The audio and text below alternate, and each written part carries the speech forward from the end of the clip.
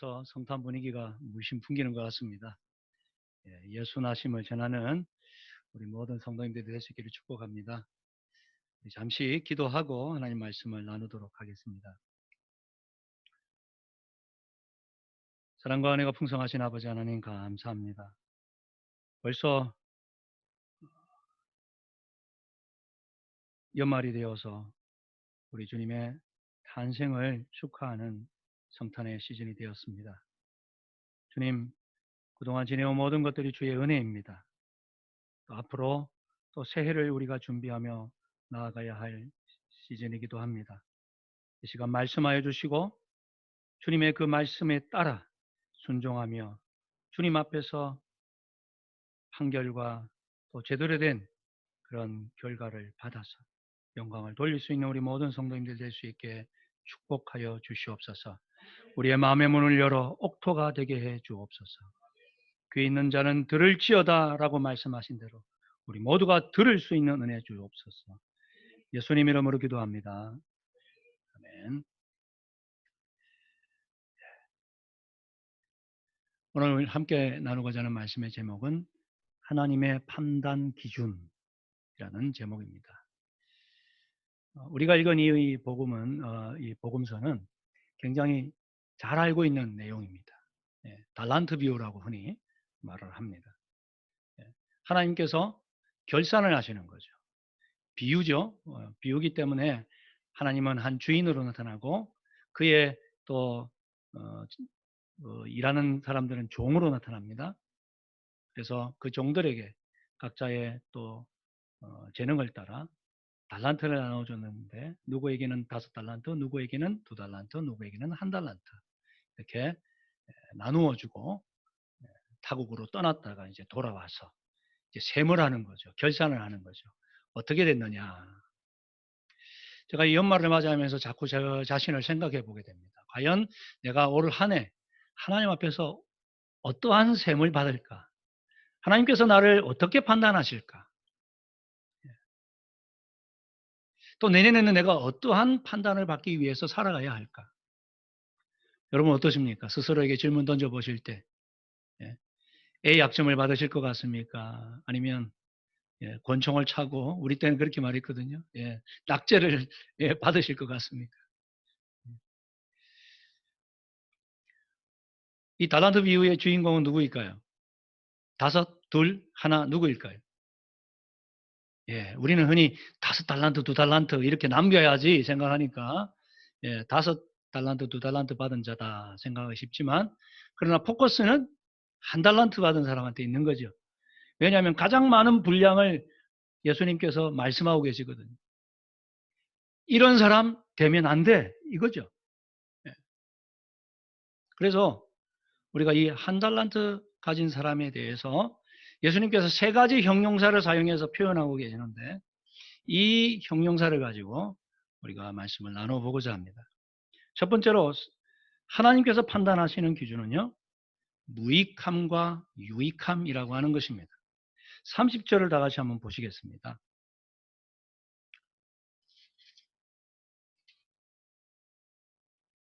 30절 말씀 다 같이 한번 읽어볼까요? 시작.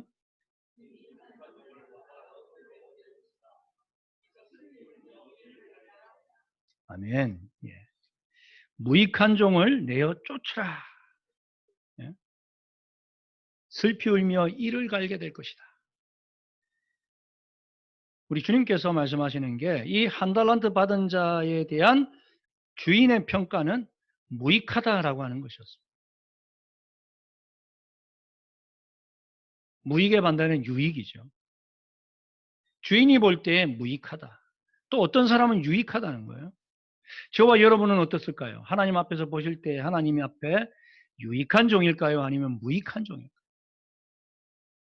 혹이라도 무익한 종으로 그렇게 판결을 받아서 바깥 어두운 데 내어 쫓임을 당하진 않을까? 좀 두렵더라고요, 저는. 하나님께서는 우리를 예수 그리스도를 통해 값주고 자녀 삼아 주신 이후에 요구하시는 것이 있습니다. 유익한 자가 되라는 것이죠. 무익한 자가 되지 말고 유익한 자가 되라. 다른 말로 표현하면 축복의 통로가 되어라 라고 하는 말씀. 너를 통해서 다른 사람에게 유익이 주어져야 되지 않겠냐. 제가 섬기는 교회에 한 집사님이 계셨습니다. 한 번은 연말쯤이었던 것 같아요. 세금을 이제 내야 되는 그런 시즌이었던 것 같은데 푸념을 늘어 놓으시더라고요. 아유 목사님 남는 게 없습니다. 아침부터 밤늦게까지 열심히 사업을 해가지고 세금 내고 직원들 월급 주고 나면 남는 게 없습니다. 그러면서 이제 하소연을 하시더라고요. 근데 제가 뭐라고 했을까요? 아이 집사님 남는 장사가 왜 아닙니까? 남는 장사죠. 집사님 통해서 국가가 운영될 수 있는 세금 예? 집사님 내셨잖아요. 또 집사님 통해서 그 열대 명의 직원들이 월급을 받고 그 가정이 꾸려져 나가잖아요. 그 자녀들이 학교를 다니고 얼마나 큰 유익을 하고 계십니까? 남는 장사죠.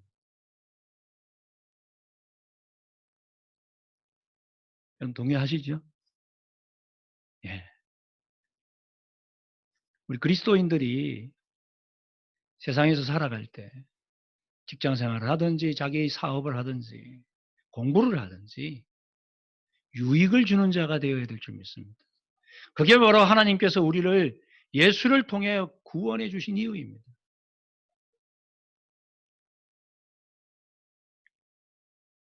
그래서 제가 좋아하는 그런 어떤 캐치프레이즈가 있는데요.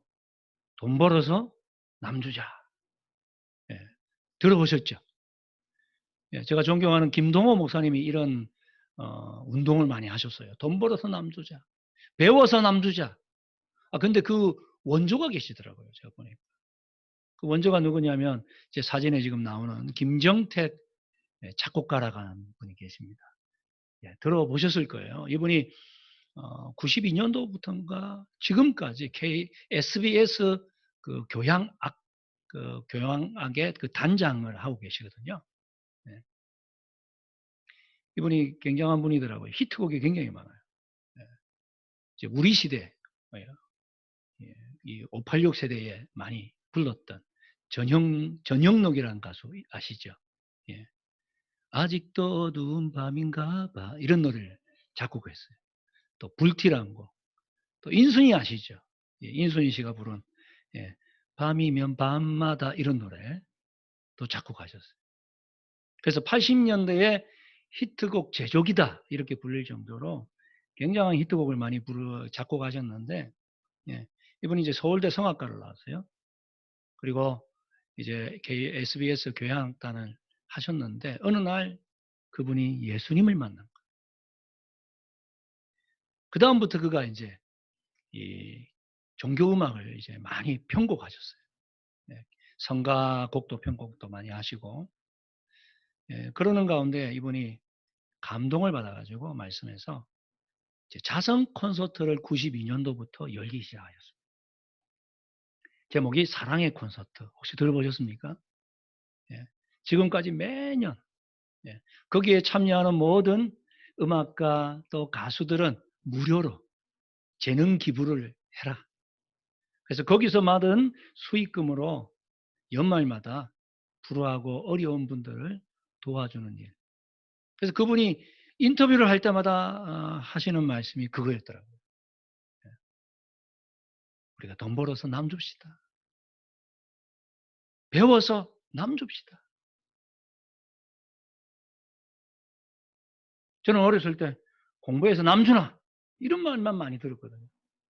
예, 공부하면 다 네 거 되지 남 거 안 되니까 열심히 해 이런 의미인데 근데 더 나아가서 공부해서 돈 벌어서 우리가 유익을 주는 사람 이게 하나님이 달란트 비유를 통해서 우리에게 원하시는 삶의 모습이라는 거죠.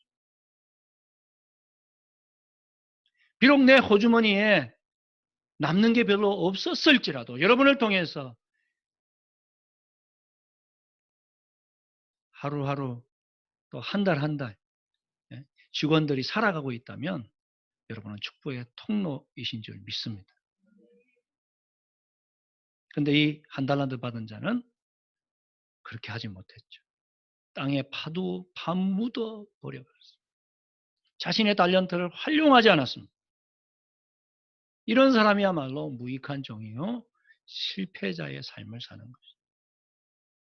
두 번째로 오늘 본문 속에서 하나님의 판단 기준은 게으름과 부지런함이라고 하는 것을 발견하게 됩니다. 우리 26절 말씀을 다 같이 한번 읽어볼까요? 26절 시작. 나는 심지 않은 데서 노는 줄로 내가 알았느냐. 예, 여기 보니까 그 주인이 대답하여 이르되 악하고 게으른 종아라고 책망하고 있습니다. 사실 5달란트 받은 자의 이 모습을 보면요, 성경이 이렇게 기록합니다. 16절에 5달란트 받은 자는 바로 가서 그것으로 장사했다. 근데 1달란트 받은 자는 가서 뭐 했습니까? 땅을 파고 자기의 받은 달란트를 묻어둔 거죠. 5달란트 받은 자는 바로 가서라고 하는 수식어가 붙어있어요. 주인의 명령에 순종하는 모습이죠. 1달란트 받은 자는 순종하지 않고 불순종하고, 그래서 그것을 주님은 게으른 종이라고 이야기하고 있습니다. 그의 관심은 전혀 주인의 의도에는 관심이 없습니다. 오직 자신의 안녕에만 관심이 있습니다. 우리가 구원받은 하나님의 자녀라고 하면서 우리를 불러주신 하나님의 관심에는 전혀 내 마음이 가지 않고 나의 그냥 안녕과 그저 이 땅에서 평안하게 사는 것에만 관심을 갖고 있지는 않습니까? 그렇다면 주님은 게으른 종이라고 말씀하실 것입니다. 하나님은 결과보다 과정을 중요하게 생각하시는 거 아시죠? 세상은 결과 중심주의죠. 합격했느냐, 불합격했느냐, 성공했느냐, 실패했느냐. 그런데 하나님은 결과보다 과정을 더 중요하게 여기시는 거예요. 세상은 편법을 써서라도 합격해라, 성공해라, 출세해라. 그렇게 가르칠지 몰라도 하나님은 그렇게 말씀하지 않으십니다. 저희 딸이 리투아니아에 있는 대학을 다녔거든요. 이제 다가오는 이제 목요일 날 모스크바로 옵니다. 저희와 함께 지내고 여기서 학교 다니려고 하는데, 리투아니아 다니면서 가장 힘들었던 부분이 뭐냐면 이제 교양 과목을 같이 듣는데 시험을 칠 때 아이들이 컨닝을 하는 거예요. 컨닝. 이 학교는 이제 인터내셔널 유니버시티라서 특히 영어로 공부를 하는 곳이기 때문에 이 동유럽에서 영어 공부하고 싶은 아이들이 많이 와요.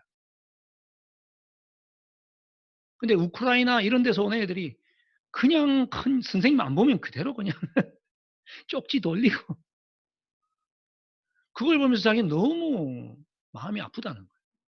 더더군다나 선생님이 봤는데도 모른 척하고 그냥 넘어가더라는 거예요. 그 부정행위를 봤는데. 그리고 성적은요, 똑같이 나오는 거예요. 공부 안 한 사람이나 한 사람이나, 컨닝한 사람이나 컨닝 안 하고 애를 쓴 사람이나. 그래서 그것 때문에 너무 자기가 마음이 아프다. 나는 이렇게 밤잠 자지 않고 공부를 했는데 컨닝한 친구들이 오히려 자기보다 더 좋은 점수를 받을 때 얼마나 짜증나겠습니까?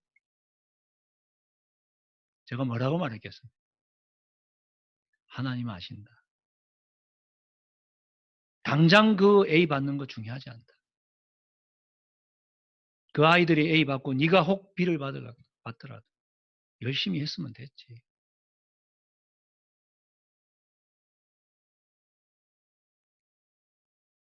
여러분, 하나님은 게으르냐 성실하냐 이러한 기준으로 우리를 보시는데 얼마나 많이 남겼느냐가 아닙니다. 우리의 올 한 해는 어땠는가? 하나님께서는 우리를 세상에 보내실 때 달란트를 주시죠. 흔히 말하는 재능이라고 말할 수 있습니다. 뿐만 아니라 우리가 예수를 믿고 나면 그 다음에 뭘 주십니까? 은사를 주시죠. 어떤 분에게는 지혜의 연설, 지식의 연설, 또 영분별의 연설, 또 방언과 방언 통역의 연설, 어떤 분에게는 치유의 연설, 또 어떤 분에게는 위로의 연설, 다양하게 구제와 섬김의 연설. 우리 그리스도인들은 하나님께서 주신 이 달란트와 은사로 열심히 섬겨야 될 줄 믿습니다. 그래서 내년에 제가 이야기하고자 하는 운동 중에 하나가 1인 1사역 합시다. 제가 다니엘처럼 기도의 시간과 장소를 가집시다. 그거와 더불어 우리가 교회에 그냥 오지 마시고 우리가 1인 1사역 합시다. 자그마한 것에서부터 교회에 휴지가 떨어졌으면 좋고 화장실에 왜 이렇게 더러워 하지 말고 내가 먼저 닦고 내가 무엇을 할까? 이런 마음을 가지고 계시다면 하나님께서 너무 귀하게 보시고 축복해 주실 줄 믿습니다. 제가 읽은 책 중에 6일 약국 갑시다라고 하는 책이 있습니다. 혹시 읽어보셨나요? 제목부터가 6일 약국. 왜 약국 이름이 6일일까? 6일 일하고 주일은 쉬기 때문에 6일 약국이라.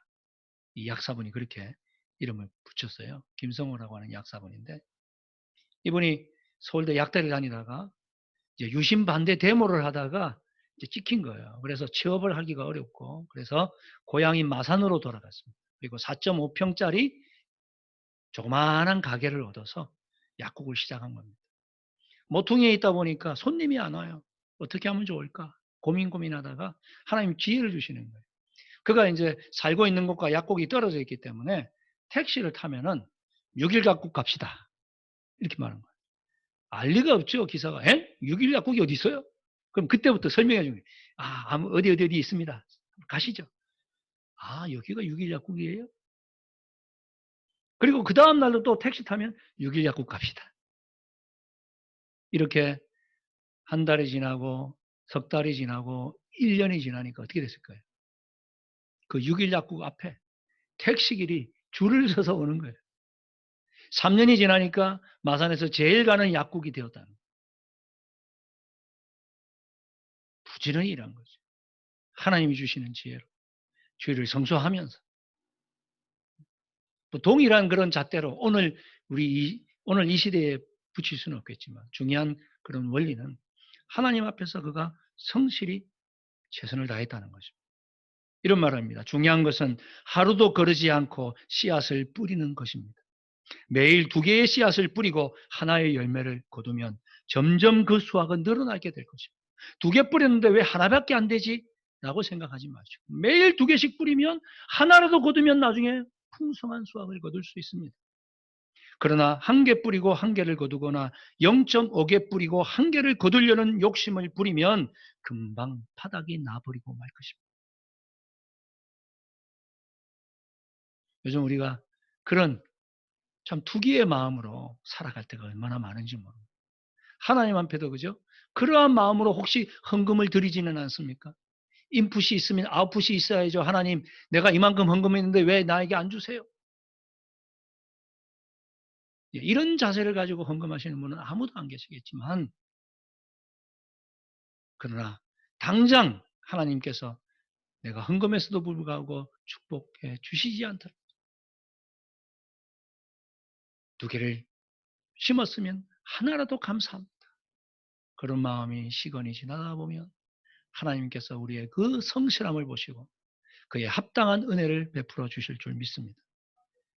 마지막으로 하나님 판단 기준은 악과 선함입니다. 선함과 악함. 26절 말씀을 다시 한번 보시면 이렇게 기록하고 있죠. 그 주인이 대답하여 이르되 악하고 게으른 종아. 이 한 달란트 받은 자를 향해서 악하다고 말씀하고 계십니다. 너무 심한 말씀 아닌가? 저는 처음에 그런 생각이 들었습니다. 게으른 건 맞아요. 그죠? 또 무익한 정도 맞아요. 못 남겼으니까. 그죠? 하나 그대로 자기 달란트 썩혀두고 무익한 종이고 게으른 종을 맞는데 악하다는 것은 좀 너무 심한 평가 아닙니까? 그런 생각이 들더라고요. 왜냐하면 세상에는 여러분 빌려줬다가 돈 떼는 일이 얼마나 많아요. 그죠? 그래도 이 사람은 주인한테 하나 받아 쓴 거 그대로 갖다 줬잖아요. 안 떼먹고. 그렇게 생각하면 뭐 악하다고까지야 뭐, 예? 더 못된 사람들이 많은데 좀 소심한 자, 달란트를 파묻어 뒀으니까 좀 게으른 자. 근데 하나님은 악하다고 말씀하시거든요. 왜 악하다고 말씀하실까요?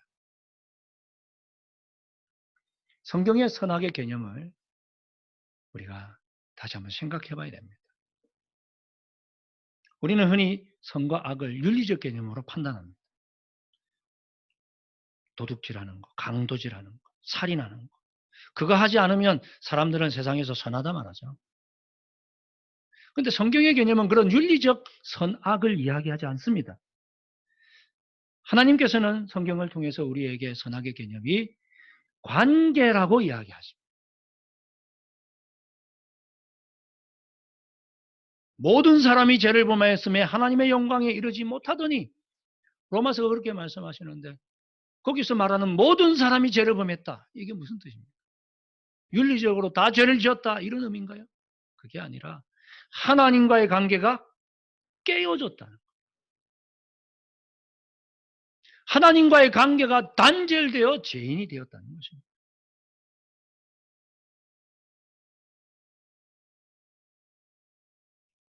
시편 133편 1절을 보면 이렇게 기록하고 있습니다. 형제가 연합하여 동거함이 어찌 그리 선하고 아름다운고. 형제가 연합하여 동거함이 어찌 그리 선하고 아름다운고. 여기서 선하다는 것은 관계가 바르다는 얘기죠. 형제들끼리, 하나님의 백성들끼리, 하나님의 자녀들끼리 서로 우애롭게 사는 모습이 하나님 보실 때는 선하다. 우리 모장이 선한 교회가 될 줄 믿습니다. 우리 형제자매들끼리 서로 사랑하고 서로 우애가 깊고 이걸 볼 때 하나님께서 선하다, 아름답다. 여기서 이 아름답다도 그저 심미적인 아름다움을 이야기하는 게 아니죠. 관계의 아름다움을 이야기하는 거죠. 여러분의 부부관계가 부모와 자식 간의 관계가 하나님이 보실 때 선한 관계가 되어 있길 축원합니다. 창세기에도 보면 하나님께서 보시기에 좋았더라, 선하더라. 그게 이 모든 우주 만물이 질서롭게 저하롭게 되어져 있는 것을 보시고 하나님께서 선하다고 말씀하시는 것이죠. 모든 창조를 마치시고 창세기 1장 31절에 심히 좋았더라. 있어야 될 곳에 그 모든 것들이 있으므로 하나님 보시기에 좋았던 것이죠.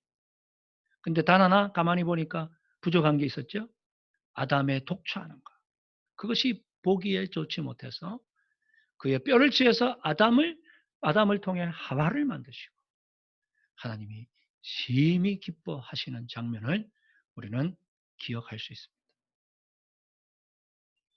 부부가 하나 되는 그 아름다움. 하나님이 기뻐하시는 선한 모습. 여러분의 가정이 그런 선하고 아름다운 가정 될 수 있기를 축원합니다. 바로 이 한 달란트 받은 종이 악한 이유는 하나님과의 관계가 깨어져 있기 때문에. 그는요, 24절 말씀을 보면 이렇게 표현하고 있습니다. 한 달란트 받았던 자는 와서 이르되 주인이여 당신은 굳은 사람이라. 심지 않은 데서 거두고 해치지 않는 데서 모으는 줄을 내가 알았습니다. 그의 신관념이 굉장히 삐뚤어져 있는 것을 볼 수 있죠. 당신은 굳은 분입니다. 당신은 인색한 분입니다. 야박한 분입니다. 해치지 않고 즉 뿌리지 않고 거두려고 하는 분 아닙니까? 라고 하나님에 대해서 주인에 대해서 인식하고 있는 거예요. 그래서 그는 25절에 두려워서라고 말합니다. 두려워서. 그런 분인 줄 알고 내가 두려워서 나가서 당신의 달란트를 땅에 감추어 두었다가 가지고 왔습니다.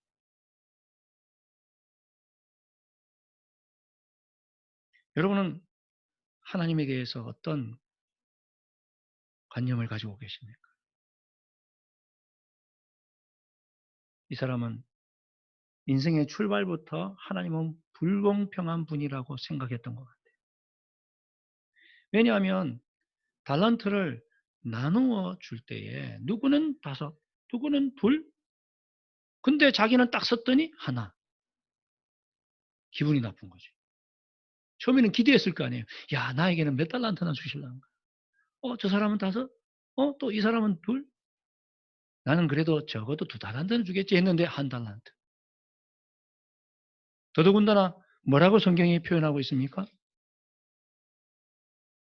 15절에 각각 그 재능대로 한 사람에게는, 예, 재능대로 나누어준다. 이게 그 마음이 얼마나 상처가 됐을 거예요. 왜 나에게는 재능을 이것밖에 안 주시는 거예요? 누구에게는 저렇게 멋진 재능을 주시고. 너무 하나님은 불공평한 분이에요. 여러분 그렇게 느끼실 때 있지 않으십니까? 하나님 너무 불공평해요. 그는 하나님에 대해서 이렇게 오해했기 때문에 파묻어 둘 수밖에 없었던 것입니다. 근데요, 이것은 그의 커다란 착각이라는 거 아시죠? 그의 가장 큰 실수는 자신의 가치관으로 하나님을 평가했다는 거예요. 하나님이 보실 때에 5, 2, 하나는 모두 다 동일하게 적은 액수입니다.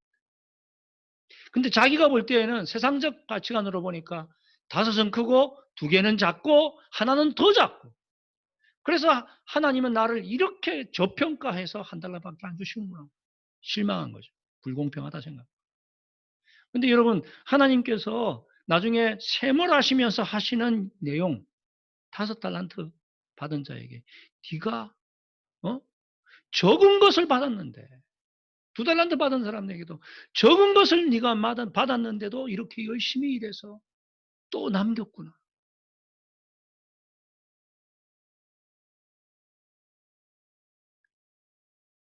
동일하게 적은 것으로 하나님은 이야기하고 계십니다. 그는 크고 많은 것이 좋다고 생각하는 것이죠. 그러나 하나님은 그런 가치관으로 우리를 보시지 않으십니다.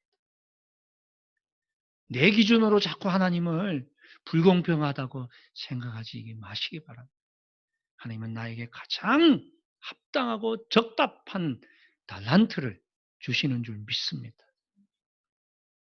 그것을 가지고 최선을 다해서 열심히 성실하게 유익을 남기려고 애를 쓸 때 하나님은 착하고 충성된 종이라고 칭찬해 주실 줄 믿습니다. 5달란트 남겼다고? 2달란트 남겼다고? 평가가 다르지 않습니다. 똑같습니다. 그가 열심히 일하고 1달란트 그대로 가져왔더라면 주님은 똑같이 평가했을 것입니다. 착하고 충성된 종이라. 그러나 그 재능을 파묻어 두었기 때문에 주님은 게으르고 악한 종이라고 판단하실 수밖에 없었던 것이죠.